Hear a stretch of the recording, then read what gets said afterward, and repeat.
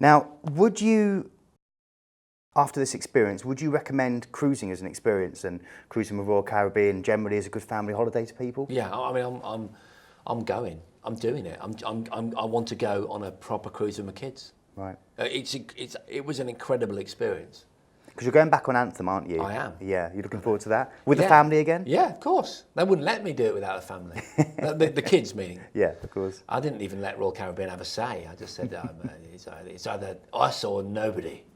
And I'm genuine. I'm really interested in booking a cruise with Royal Caribbean because I just thought the experience was great. I felt being selfish, I need to know that the kids are going to be distracted enough, have enough of an experience that my wife and I can have a little bit of time, and that was one of the key components for me, that there was so much for them to enjoy. I didn't have to constantly entertain them. I didn't have to I'm sure that parents will understand what I mean. I think we all have a bit of guilt about putting a smart device in front of our kids, like an iPad or a tablet or a smartphone. And the reason is it enables us to have a coffee and to read the paper or to do whatever we need to do and not to be constantly questioned all the time. And it sounds awful, but it's just a modern reality, right?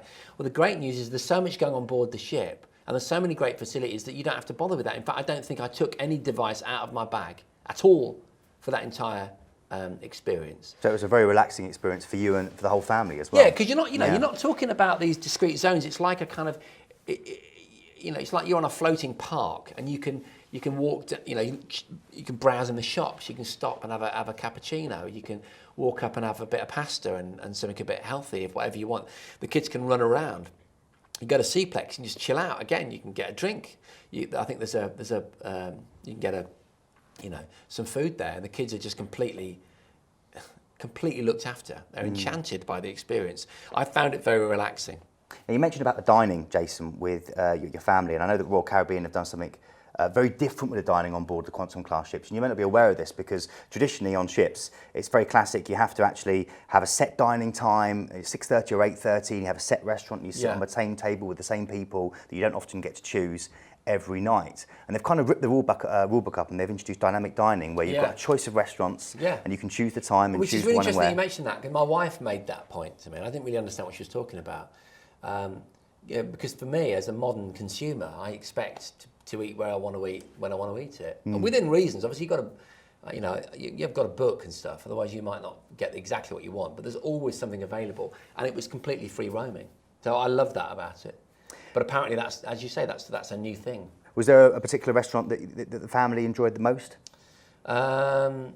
Divinely Decadence, which is not a lot of UK people know this, but there's a I think her name's Devon. She's a very famous chef in the US. Yes, it. And her thing is low calorie, high nutritional value food. Yeah, so really healthy food, which a lot of people are coming around to now. My wife's a nutritionist, so obviously she's really interested to go to this restaurant. The food is fantastic and it's really, really healthy. So that was possibly, I think that was our favourite. Although obviously the kids, big fans of Jamie Oliver, they love pasta, they love Italian food. So we went there a couple of times actually. I mean, there's loads and loads of food on offer, lots of different styles.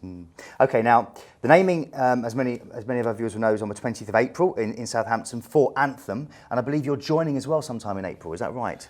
Yeah, I think I'm on the pre-inaugural, as it's called, in cruise terminology. But the ship is ready for the ship. You can book yourself in from April in Southampton. Okay. And Anthem will be then sailing. I think it's going to Spain. I think it's first outing. Lovely. Well, thank you very much for joining us. Now, I know you being a tech head, you're familiar with all the different kind of websites and things like that. But if people want to find out more about the ship, royalcaribbean.co.uk. Royal Brilliant. Okay. Or of course, planetcruise.co.uk as well. Another way of doing it. So two different options there. Thanks, Jason, Keith. thank you so much. It's my pleasure. Really, really appreciate it, and I wish you all the best with your next sailing on board Anthem of the Seas. Can't wait. Thank you very much, ladies and gentlemen, for watching, and do check on the YouTube channel, subscribe to hear more great interviews and find out more about what goes on in the wonderful world of cruising. Thanks for watching.